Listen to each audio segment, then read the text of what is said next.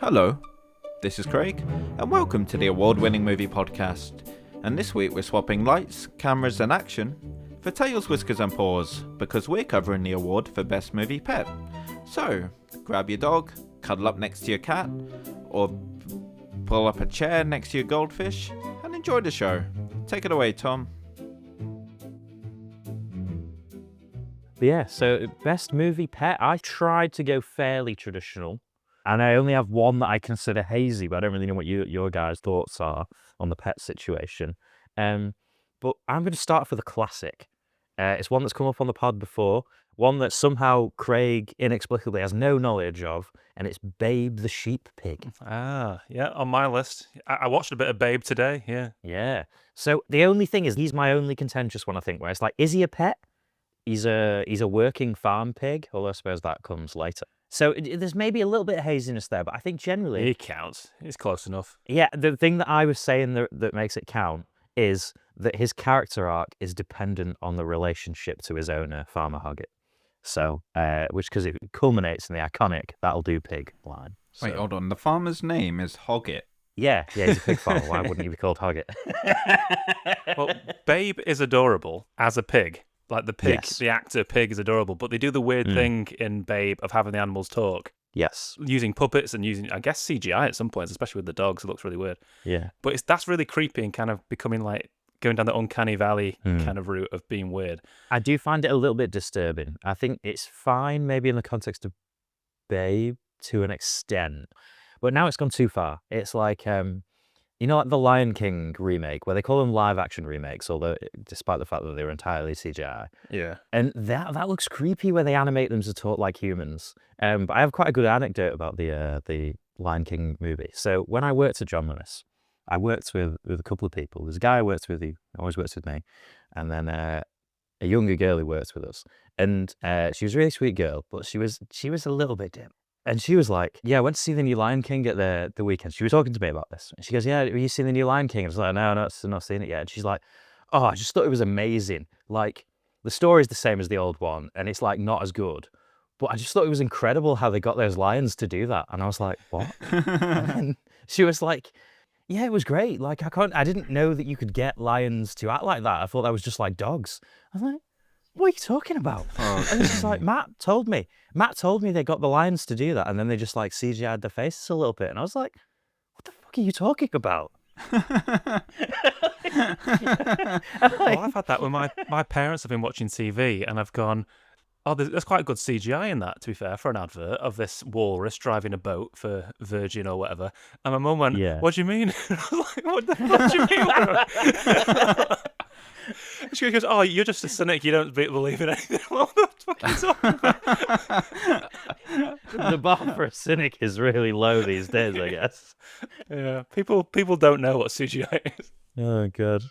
But yeah, I suppose all that is which to say is that I do like Babe the Sheep Pig. I thought he's worthy of a very honourable mention, but not a winner, I think. I was just trying to be a sheepdog. Huh! Enough wolves in the world already, without a nice lad like you turning nasty.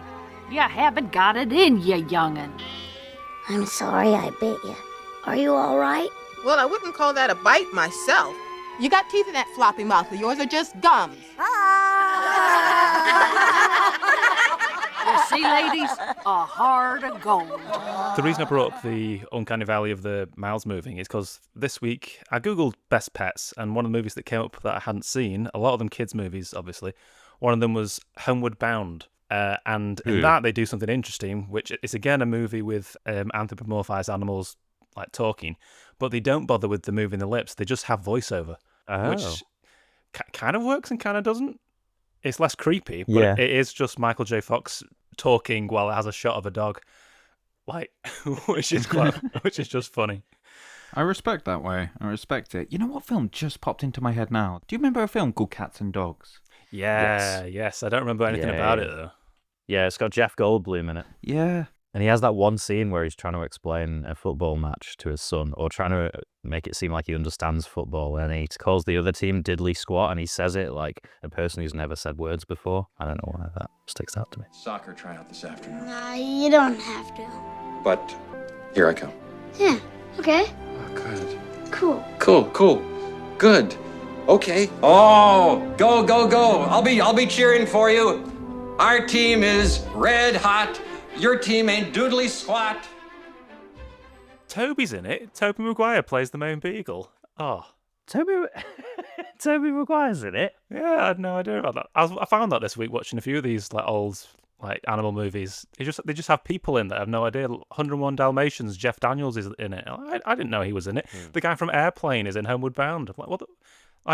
Hugh Laurie is in 101 Dalmatians as the bad guy. Speaking of Hugh Laurie, can I ask, do you remember he's in Stuart Little? Oh yeah, we have to talk about Stuart Little. That is a complicated pet relationship right there. I fucking hate Stuart Little.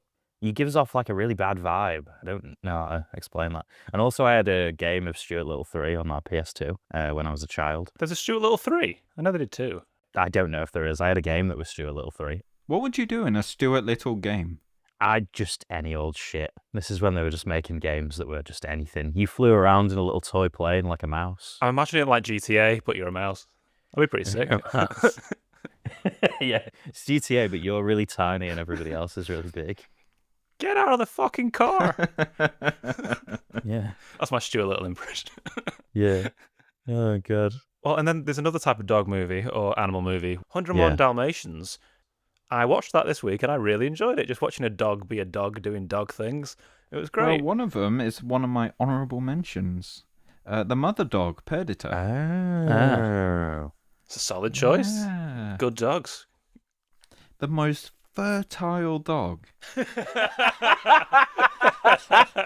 you will ever find. Oh, dear. Yeah. Dalmatians aren't cheap. Can you imagine? Like, being a breeder would be a piece of piss. Wait, so Craig wants to... Oh, because we haven't actually come onto this yet. Is it what if it the pet you would like to own? Because I think actually in this category, I think that can play a strong part in it. So, Craig, do you only want to own Perdita so that you can harvest the profits of their womb?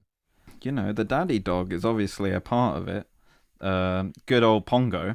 So, you know, like, you bring him along, but then after that, you know, like, oh, spread your seed. The only reason they're not winners for me is because I'm just more of a cat guy. Like, I can't vote for a dog, I'm a cat guy, and I've just never found an equally fertile cat. You know, that is a core characteristic of you, Craig. That's why I don't like you. It's all coming out. I can tell you're a cat guy. I have got no cats on my list. Yeah. Have you not got any cats? I've got about 8 dogs and no cats. They're not as used in cinema as much because they're less... Yeah, so I was going to say, I do have one cat on my list, and it's the cat. The cat from Llewyn Davis. In Llewyn Davis, yeah. Or perhaps the many cats, depending on how you follow the storyline. Yeah, the many ginger cats. And the reason they wrote it to be that way is they wanted a cat in the movie, but also... cats, generally speaking, can't be trained in the same way that a dog can. So like a dog who's good at learning new tricks, who's quite obedient, can generally kind of learn any trick you want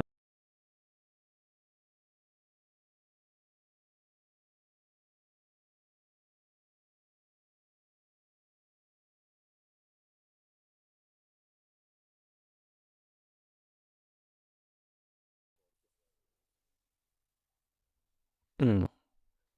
Like a tortoiseshell type one. So they look more similar and you perhaps wouldn't notice when it was a different cat. But because it's like generally that you just have to get a collection of cats who all kind of do one thing on command.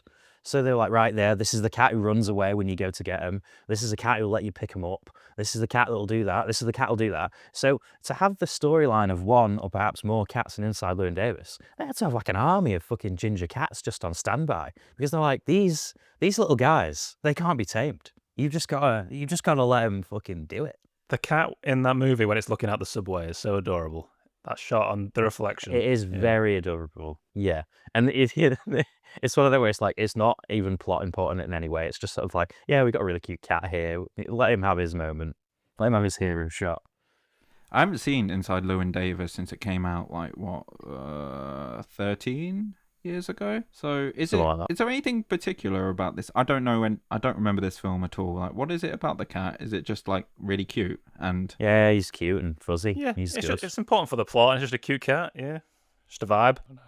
Oh, but that shot when he leaves it in the car. Oh, when he has to just go on to... Yeah, oh, that's a great bit of pet Su- acting where... such a sad- maybe it's CGI enhanced, but they do like a little bit of the shot of the cat, and its eyes are wider than the moon, and it's like, don't Yeah. leave me, I'm just a little cat. It's like Puss in Boots in Shrek 2 when he does the sad face. Yeah. Yeah, it's exactly like that. Puss in Boots doesn't count if he's on anybody's list. No.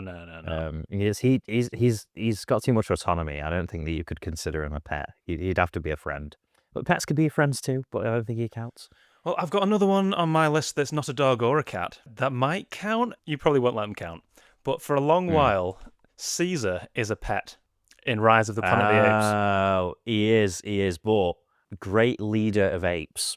Terrible pet. Terrible pet. Terrible pet. Yeah, And the thing is, he does cause I havoc think- in the neighborhood. But most movie pets do. Yeah, but he's causing havoc in the neighborhood. But I think there's an element where it's sort of like he's too smart, right? So Yeah, I think it goes against the spirit of the category, but technically he is a pet, I am right. Yeah. And he goes on a whole journey and becomes a general and causes an apocalypse. How many other pets can say that? Oh, I would hate it if my pet did that. yeah, that's what I mean. I feel like that'd be quite inconvenient, and you have to apologize. It's like sometimes you'd be on a walk with your dog. If your dog does something a bit annoying, as all dogs do, then you have to be like, oh, I'm sorry. So they were just being annoying today. And imagine having to Yeah. apologize to everybody for your ape starting a communist Yeah. uprising.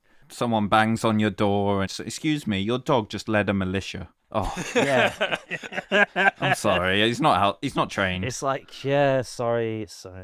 Yeah, he's got a sort of revolutionary streak about him. No, sorry. Tried to train it out of him. But yeah, it'd get really old really quickly. And I think also, like pets kind of, it's not that they aren't intelligent, but they kind of enjoy the dynamic of being a cat, like a pet. So like a cat, even though cats can be a little bit more aloof traditionally than like dogs, they like kind of love it. They're like, well, this is great. I just roam around and do whatever I want, and then I get fed, and then I snuggle, and I can sit in cool, like comfy spots and whatever. And a dog's like, I go on a walk, and they throw toys for me, or So whereas Caesar is kind of very aware of the fact that he's like, oh, I've been like taken away from my family, and you're Yeah. kind of experimenting on me, and I'm kind of not. That's not cool. Yeah, I think the whole movie of Rise of the Planet of the Apes is just basically Caesar saying, I am not a pet, by the way, and I will prove that. Yeah. So I don't want Caesar as my pet, not just because I'd have to apologize for his revolutionary tendencies, but also because he wouldn't enjoy it, and I don't want my pet to be suffering. Take your stinking paw off me, you damn dirty ape!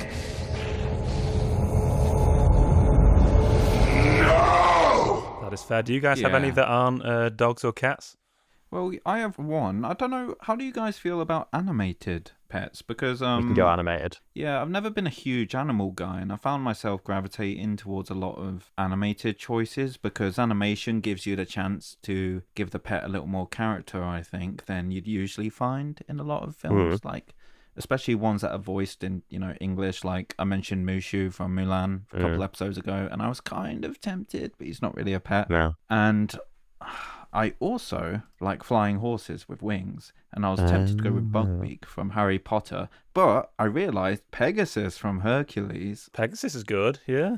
Pegasus is really good. He's funny. He's a really good loyal pet. Like you can fly on him. They give him a lot of character as well. Like he has such a distinct personality in the film that I think you don't get with a lot of pets in movies, and it's just a good old time, and he serves as a bit of a comic relief as well. And yeah, a solid pet choice for me. Definite honourable mention. Definitely. And if Pegasus was your pet, you could save quite a lot of money on like both fuel and car insurance. So, now that we've got the Iran crisis and the price of petrol and diesel's gone through the roof, flying around on Pegasus could save you so much money because you've got a pet, a buddy, a pal, and a car all in one. So it's and imagine you showing up to work riding on the back of Pegasus. It'd be so good. And then you wouldn't have to remember where your car was parked. It'd just be like, oh, I've called Pegasus, he'll be here in a minute, and he'll just pick me up because he can go off and do his own thing in the day. He's a convenient And you pet. know what? He has the absolute best quality in a pet.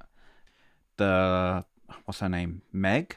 When she's up to no good, he constantly giving her evils like, hey, you trying to mess with my boy. Yeah, he's a bro. Now yeah. that is, yeah, that's what I mean. Like that's the best kind of pet, isn't it? One that's a bro and looking out for you, in his own kind of pet way. He gets seduced by that pink horse, though. That's the two demons.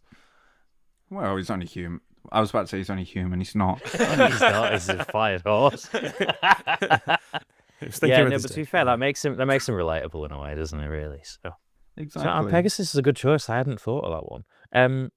So I have a non-real one. It's not from an animated movie. It's not an honourable mention. It is actually, for me, the most dishonourable of mentions. Oh.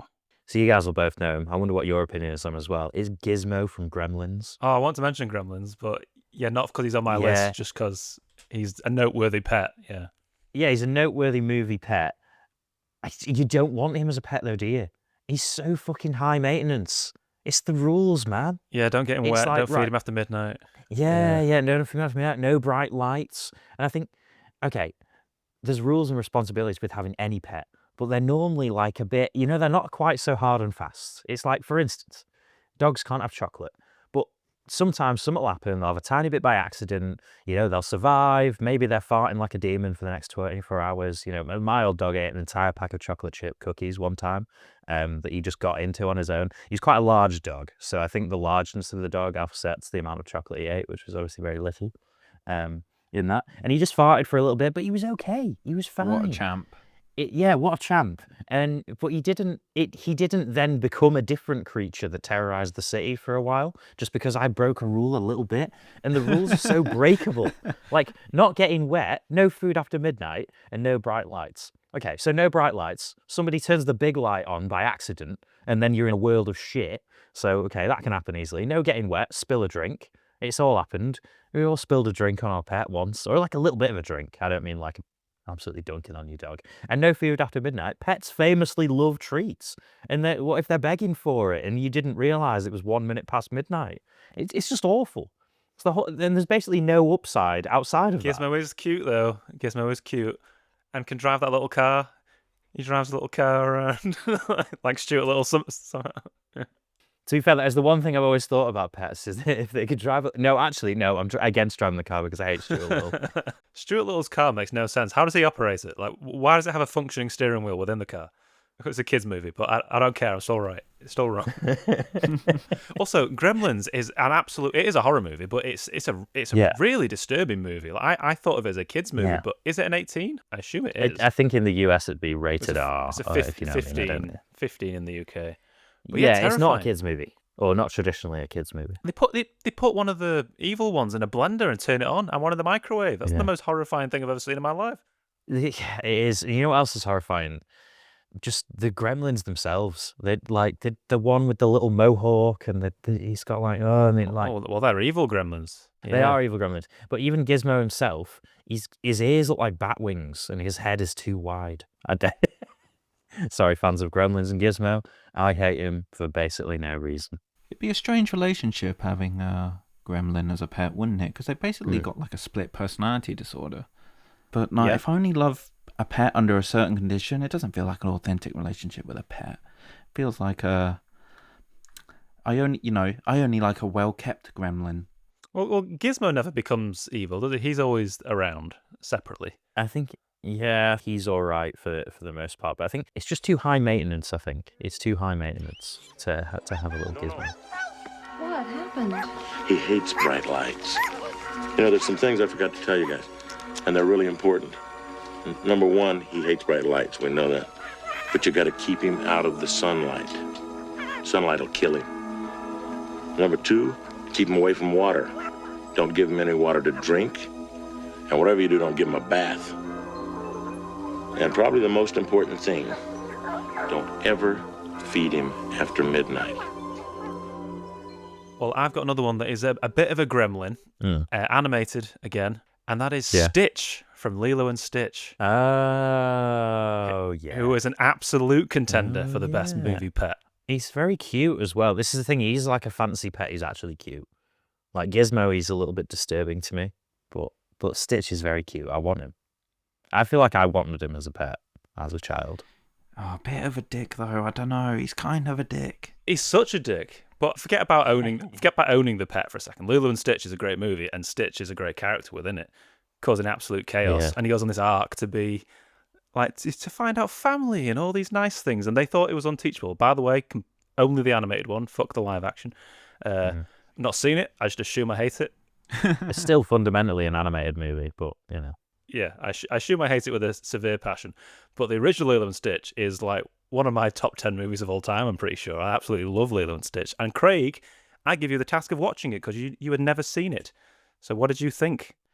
Really pleasantly surprised, and I think it was a little ahead of his time in some way. Like, this isn't really about Stitch, it's just about the movie itself, but including like characters who weren't white, who were women, who were, you know, trying to deal with something a bit more sociological. You know, it wasn't about a princess becoming a queen or something. It was about, shit, man, we're in a difficult economical situation here, and I got the social workers after me. And not the sort of thing I'd expect from an animated film from 2002. So that was great about it. Yeah, it stands out from Disney movies, doesn't it, as being a bit separate. It does, yeah. I'd say it's almost even more unusual because it's a Disney movie, isn't it? I know that obviously they branched out into more that sort of thing now, but 20 years ago, that's quite a different sort of thing for them. Yeah, that's what I'm saying. Was really pleasantly surprised by the quality of it. I don't think it breached my top 3 Disney films or whatever, but I was thinking, wow, that's actually a lot. I can see why people remember it. Yeah, definitely good. And right at the end as well of sort of Disney's, you know, golden animated era. You know, 2D animated era. Yeah. So yeah, they went out on a high with that one. But Stitch himself, I don't know, he is such a little dick. Right. My only counter to that though is, and I'll see where you weigh in this, is that all pets, and I say this as a huge animal lover and lover of pets, all pets are kind of dicks. But it's very endearing when they're your pet. Like, they always have a thing about him where you're like, yeah, he does this, and he's kind of a dick, but he's my guy. He's my fucking guy. And Stitch, he becomes better He's at got it. that. And also, it would be a terrible film if he wasn't a dick. He needs to be a dick. Yeah. It's half the it, fun. It did make his arc very, Yeah. What's the word, dynamic. It did give him somewhere, it definitely gave him somewhere to go. And it was a really wholesome message. Like, oh man, this is what it's like to have a family, man. Because I've been all alone up to this point, you know, and this is what it's like when somebody looks out for me and it's warm. And you know what? Like, because you feel that love, I want to look out for you too, man. And that's if you get, say, a cat in real life and it's a bit hesitant towards you and, you know, always running away from you and a bit skittish, and you sort of earn its loyalty and its warmth and its trust, and then after a year or two, it's, you know, cuddling up to you, you're like, it's sort of the same thing in a way with what Stitch goes through. Yeah. It's very like the same thing. It's like the dynamic of getting a pet that you've got from like the animal shelter or something, where sometimes they're like, you know, maybe they've had a rough start. Like my old dog, who was from the Dogs Trust, he wasn't really interested in most people. So when he was interested in you and he liked you were like, he's chosen me and he's my boy. Yeah, exactly. So it's like what it means to be Stitch. And you became family. He became family. And yeah. they both help each other. Lilo helps him calm down and become a well-rounded person, and he helps her, having nearly destroyed her entire family along the way and got them killed by aliens. Yeah. But that's all part of the That's fun. not his fault. That's all part That's of not it. his fault. He's just a little guy. And he can function as a record player, which is one of the funniest scenes in cinema history. Yeah, and just thinking about it, you know, he might pick up a car and throw it through your wall, but it's the same way like a dog might chew up your pillow or something, you know? Like, I've sort of convinced myself in a way. I think, actually a really fun, comical, silly, but you love almost true representation of like what it is to have a pet. Yeah, know? just dialed up to 11. Yeah, I think actually he's got the most pet qualities, I think. All right, so I've got a totally different one from Stitch now, totally different tone. But have you guys seen Anatomy of a Fall, which came out the other year? I started watching it. I got scared the dog was going to die, so I stopped watching it. So this is so part spoiler, I guess. The dog does not die in Anatomy of a Fall. So there you go. So people who don't like it when the dog dies in a movie, you can still watch that movie. There's a little bit of dog in peril, to warn you, but he's called Snoop in Anatomy of a Fall. So first things first, what an incredible and dumb name for a dog. So his name is Snoop Dogg. And he's not really the right breed for Snoop Dogg, I don't think, because he's a collie, like a sheepdog. But it's closer than, do you remember the Just Eat advert that was on the other year, where Snoop Dogg was like this sort of like, almost like poodle type dog. And it's like, Snoop Dogg isn't a poodle.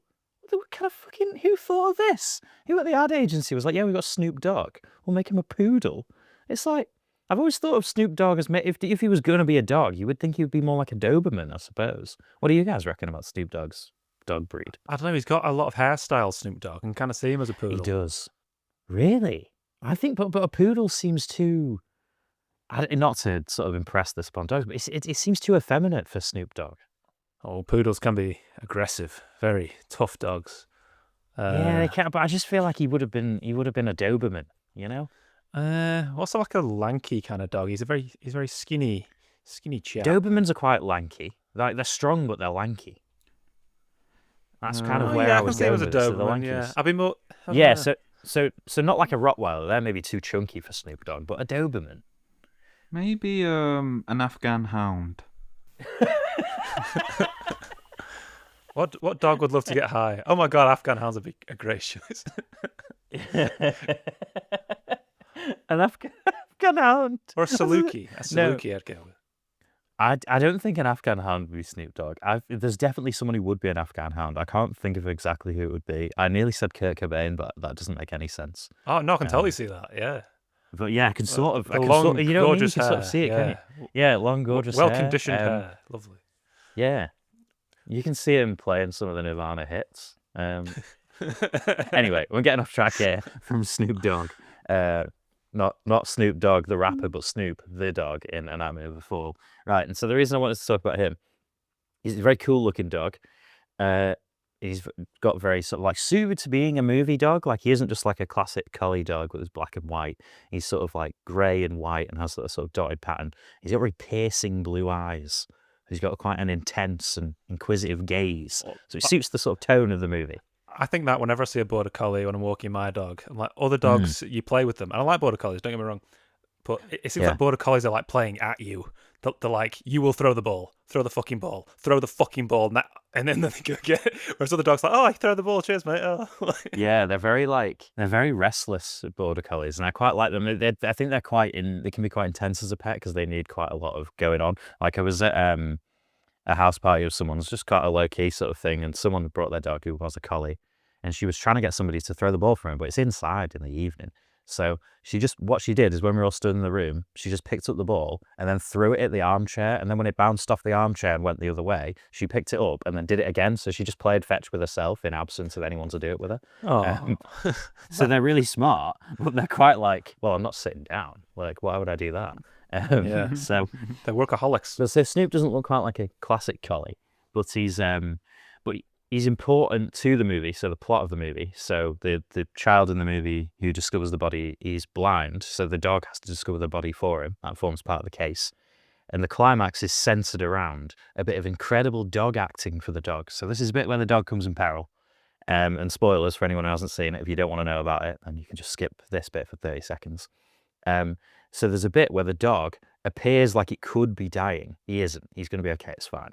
But when I first watched that, I assumed that they'd either had like a sort of double for the dog, like a big like puppet or something, and then just CGI'd and sound effect it. But it's actually an incredible bit of dog acting from the dog. He's not just playing dead, but this specific dog, and the dog who plays Snoop in the film is called Messi, after Argentinian footballer Messi. And he's actually learnt to play dead and stick his tongue out as if like sort of slightly out of his mouth, like he's actually fully dead. And then when you go to pick him up, he's like dead waiting, so he doesn't wake up again when they do that. So there's a bit where, you know, they go and he's got the tongue lolling out and they pick him up and he's like, ugh. And you see it and it's so convincing that he's fully dead that you're like, no, he can't be. And then, you know, he's all right in the end. But it's a huge dramatic moment in the film that hinges on this one dog being a really good actor. Wow. So he's just great. So he's worthy of a mention. Very different sort of thing. I love a bit of dog acting. We could link this in the description of the episode. There's a video, sort of a behind the scenes of this dog sort of demonstrating his ability to play dead, and they get other people to do it with him. He's great. Oh, that's great. And I think they had him as a special guest in the Oscars where they cut to a reaction shot of where the dog was, and they had like 2 fake dog paws pretending to clap. And somebody won. It's just really funny. That was a good little clip. But he's good. So you see, I was going to mention another dog, Beasley from Turner and Hooch, that Tom Hanks buddy cop film, where the buddy to the buddy cop is a dog named Hooch. And I was just going to bring it up because the dog was a really good actor, but to be honest, he didn't do anything as impressive as what your dog just done. So, sorry, Beasley, you're out. Oh well, I've got another dog, another 2 dogs actually. I'm combining these into one choice. That does great dog acting, very, very highly trained, probably ex-police dogs or army dogs. And those are the dogs that Halle Berry owns in John Wick 3. Oh, yeah. Which is a great fight sequence in the end when it all erupts out, and it's like a 10-minute sequence of dogs fighting with Halle Berry and Keanu Reeves. I fucking love that sequence. I should have mentioned it for best fight, but it's more of a shootout thing. But great dogs, just mauling people and just climbing up walls. One of them jumps up like a 20-foot wall. It's so impressive. It's one of the coolest stunts I've ever seen. And it's just done by an Alsatian. It's absolutely sick. And then what I find really fun about that scene is that the killer guy, John Wick will shoot him in the head and after the dog downs him. But the dog, the acting dog, hasn't been told to stop eating him. So the dog for like 20 seconds keeps on pulling on him and trying to fight him and get him down. And it just makes for loads of great comedy in this massive action scene of these dogs just killing all these extras, all these stuntmen. Calls back to the first as well, because isn't there a line like, don't hurt my dogs or something like that? Yeah, he shot my dog and he goes, I get it, yeah. Yeah, I remember watching that in the cinema and all I had was anxiety, thinking, oh no, not these dogs now, not these dogs. Oh yeah, exactly. The guy shoots one of the dogs but it's wearing an armoured vest, which is adorable for a start. And then that dog has to play dead fantastically, and then suddenly jumps up and attacks the guy. And it's so much fun, it's so cool. You need that in the John Wick franchise because it all started over a dog, and then it's drifted off to become this other thing. Now put the dogs back in. It's great fun just to see dogs kicking bring the ass. dogs back. Bring the dogs back. They kick more ass than his dog. His dog isn't trained. Yeah. His dog can't do it. Because he gets another, doesn't he, of course, yeah. Yeah. I don't know how I forgot that. But those dogs are fantastic. Does raise questions about Keanu's ability to train a dog, though. I think, to be fair, he was a bit busy in all of the movies. Like, he wasn't really there. He was a very absent parent. Yeah, he didn't really have time. And I suppose it's hard to get a dog sitter who's really good at training your dog to participate in combat. Sophia, don't.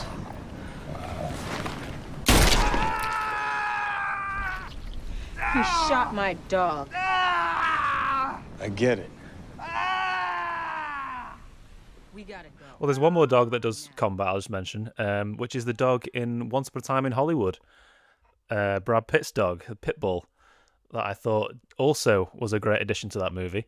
Without him, they all would have died. So if you want like a reason to own that dog, that dog defeated the Manson murderers. So that's a very good boy right there. And also just because I was so stressed coming up to that final sequence, because I in my mind was thinking, oh, this is where it's all going to turn to shit and go horribly wrong. There's a dog involved in the mix. Oh god, this is going to be upsetting. Oh, what's Tarantino going to do? It's going to be terrible. The second Brad Pitt just goes and sends his dog in to attack, I was like, oh, it's all going to be okay. And it's genuinely the most joyful I've been in a cinema, and everyone else was. It's the happiest cinema I've ever been in. Because everyone suddenly went from like really tense to, oh, it's fine, and we're laughing at these people getting mauled to death and getting beaten to death. It was a real catharsis. It was really nice. Yeah, so he's a good dog. He also, he comes to Brad Pitt's aid in his hour of need, which is sort of what you want from your pet. You'd like to think they'd have your back. That's a good quality to have. He's also saying like, hey, don't be naughty making noises when there's a car outside, telling it off. But the dog's going like, this fucking Manson murderer's coming up the driveway here. And then Brad Pitt, fucking idiot, you haven't considered the Manson murderers. Yeah, then Brad Pitt finally twigs that something's wrong, and then he works with his dog. Great teamwork. Good fun. That is the main scene in that film I enjoy. And now, I think I might as well give you my winner. Quite a popular one online that I'm surprised you two haven't brought up yet, but maybe it's your winner too, I don't know. Toothless. From How to Train Your Dragon. Oh, right. That is not my final choice, but yeah, I did think of them. So have you seen the whole trilogy? I've seen, maybe. I've definitely seen the first and second. I can't remember if I've seen the whole trilogy. It's good. They're good movies.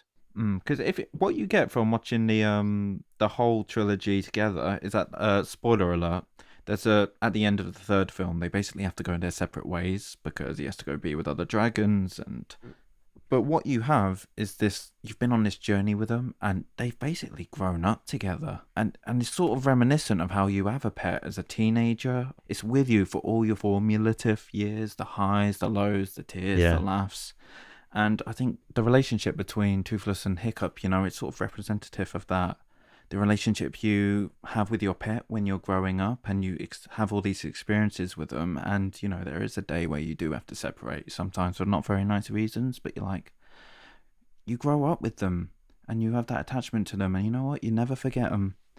Yeah. And yeah, I think true. How to Train Your Dragon represented that best in any other pet film I've seen. So yeah, and also Toothless is cute and kind of inspired by a cat. So it's the closest thing I've got to a cat on my list. Toothless is a dog. Toothless is such a dog. No, Toothless is inspired by... It's like a mix of a house cat and Black Panther, I think. Black Panther?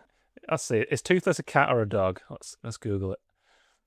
Wait, is Toothless supposed to be like Chadwick Boseman in Black Panther? Sorry, I'm just Googling things. It's primarily inspired by a cat. You're right. But it's apparently it's a hybrid of a cat and a dog, inspired by both. But, like, doesn't he lick Hiccup's face like a dog? Well, there you go. Toothless is the best because he's a mixture of cat and dog. There you go. I guess. And the award goes to... No. Well, I've got one more who is also an animated, and we're going back to the classic dog. We might have gone through all the dogs now, really. Well, there's loads in kids' movies we've not mentioned, like Air Bud and stuff, but I've never seen those movies, to be honest. Yeah. You want to have a guess? The dog from Iron Legend. No, it's too sad. Will Smith kills that dog. Bastard. They're made out of plasticine or clay. Gromit. Yeah. Gromit's a great dog. Great comedic timing. He's far more competent than Wallace is. Oh, my miles. Yeah, that's true. It's really funny. Carries it. The best Wallace and Gromit movie is The Wrong Trousers for me. One with the penguin. And Gromit's hilarious in that. And it's a Christmas staple. Love to stick a Wallace and Gromit movie on at Christmas. I've never liked him that much, you know. Like, Gromit is fine, but Wallace and Gromit, the movies, I'm kind of indifferent to them. Yeah, I shouldn't have chosen this as a thing with you in the room because I know you don't like Wallace and Gromit, and you're so wrong. Yeah. Well, I don't not like it. I just don't love it. Like, it's fine. It's all right. It's good. But it's just like, Oh, you didn't see the new one, Tom? Yeah, Vengeance Most Foul. Yeah. Yeah, I've seen them because they always put them on at Christmas, don't they? Yeah. Oh, that was so good. All our friends in Manchester were like obsessed with Wallace and Gromit for a week, saying how good it was, and Tom was really annoyed.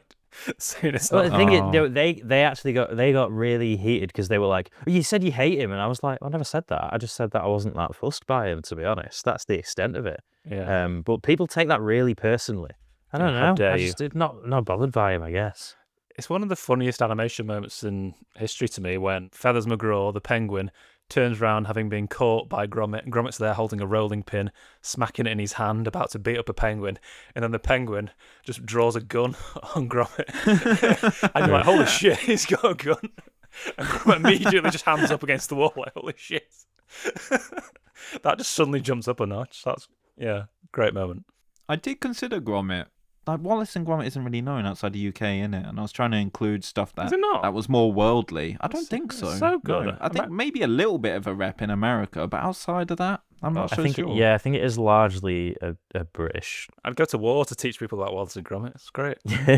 What's Tom's choice then? Well, my choice was going to be... Well, my top choice on my own list was Snoop and Anatomy of a Fall, but I'm going Stitch from Lilo and Stitch. I'm with you on that. To be honest, as I was speaking about it, I kind of convinced myself to change my mind, so I'd happily go for Stitch now. Yeah, he's got the best pet qualities, I think, despite not being a real animal. Good choice. I was coming in with Stitch all day long on this, and then just before we were recording, someone's mentioned Gromit to me, and I was like, oh yeah, shit, Gromit. So I was torn between those two, but it is Stitch, isn't it? It is. He's just the best. He can play Elvis music out of his mouth by putting his finger on a record. Yeah. That's so useful. That's going to come in handy. Yeah, Stitch is the one with the super strength, and he can also talk, but Gromit is the one who feels kind of OP as a pet. Like, your dog shouldn't be a better engineer than you are, I feel like. He's so much smarter than Wallace. Wallace is a fucking idiot. Like, yeah, Gromit is such an OP pet. A pet's a pet. I don't need my pet to build me a rocket. He might be the most loyal dog in history, though, in that all of the dogs and pets, like, they're kind of subservient to their master and they love them. Gromit gets pissed off at Wallace all the time and thinks he's a fucking idiot, but still helps him. Like, that's loyalty, to hate someone and then still help them. That is true. It's more like a good husband than a good... You know what I mean? Like, it's more like they're a gay couple and like they're... Well, there is a kind of wife element to Gromit. He's often... Yes. He's like, I got your breakfast ready, or, you know, your slippers, or have you got He's wearing your an shit? apron and all this stuff. Yeah, I think maybe that makes him less pet-like. He's always knitting, isn't he? Gromit. Yeah. He's always knitting. He loves to knit. He loves to knit. Well, the winner of Best Pet by unanimous decision is Stitch from Lilo and Stitch. Woo! Yeah. Yeah. The Stitch have to get on the ship. I can half do a Stitch impression. I'm not going to attempt it. This is my family. I found it all on my own. It's little and broken, but still good. Yeah, still good.